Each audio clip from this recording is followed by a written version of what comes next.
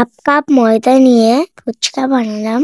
আসসালামু আলাইকুম, তোমরা সবাই। ফুচকা বানানোর জন্য পরিমাণ মতো ময়দা নিয়েছি আর নিয়েছি পরিমাণ মতো সুজি। ফুচকা বানাতে গেলে সুজিটা দিতেই হবে, সুজি না দিলে কিন্তু ফুচকাই হবে না। 3 ভাগ ময়দা নিয়ে 1 ভাগের মতো সুজি লাগবে। একটা বাটির মধ্যে ময়দাটা নিয়ে সুজিটা দিয়ে পরিমাণ মতো লবণ দিয়ে পানি দিয়ে মাখিয়ে নেব। অল্প অল্প করে পানি দিয়ে ময়দাটা মাখতে হবে। বেশি নরম করে আটাটা মাখলে হবে না, একটু শক্ত করে মেখে নেব।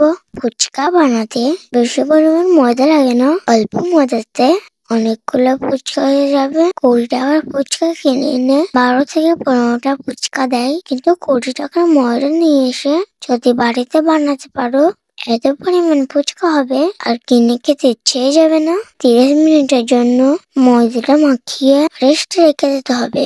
একটা বেলুন চাকির উপর ময়দাটা নিয়ে ভালো করে লম্বা করে নিব। একটা চাকু নিয়েছি, ছোট ছোট করে লেচি কেটে ফুচকার ময়দা ঠিকঠাক ভাবে মাখাতে হবে। আটা মাখলেই যে ফুচকা ভালো হবে সেটা কিন্তু নয়। এক কথায় ময়দা তুমি যেমন ভাবে ভেজাও না কেন, তেল দিয়ে ময়দা দিয়ে গরম পানিতে ভিজিয়ে রোদে না দিলে কোনোটাই ফুচকা হবে না। অনেক সময় আছে ময়দা ভিজানোর পরে ফুচকা বানিয়ে ভেজে নিতে চাই, কিন্তু সেটা করলে ফুলবে না।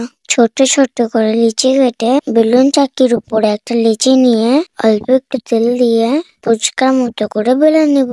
বড় রুটির মতো করে বেলে ছোট ছোট করে কেটেও নেওয়া যায়, কিন্তু লিচি কেটে করলে ফুচকা গুলো বেশি ফলে। প্রথমবার ফুচকা বানাতে গেলে একটু শক্ত মনে হয়, পরের বার বানাতে গেলে অনেকটা সহজ মনে হয়। যাই হোক, একটা একটা করে সব ফুচকা গুলো বানিয়ে রোদে শুকাতে দেবো। এখন তো শীতকাল, বৃষ্টি নেই বললেই চলে। একদিন দিলেই ফুচকা গুলো ভালোভাবে শুকিয়ে যাবে। এবার এগুলো ভেজে নিব।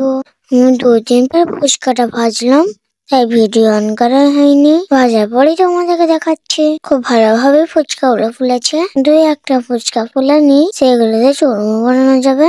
যাই হোক, ভালো থেকো সবাই। দেখা হবে পরে ভিডিওতে। আল্লাহ হাফেজ।